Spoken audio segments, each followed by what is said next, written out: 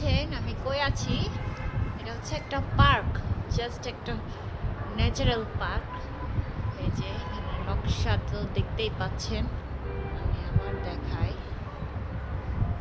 উপরে নকশা করা নিশ্চয়ই দেখা যাচ্ছে। এটা হচ্ছে একটা নর্মাল পার্ক, ঠিক আছে।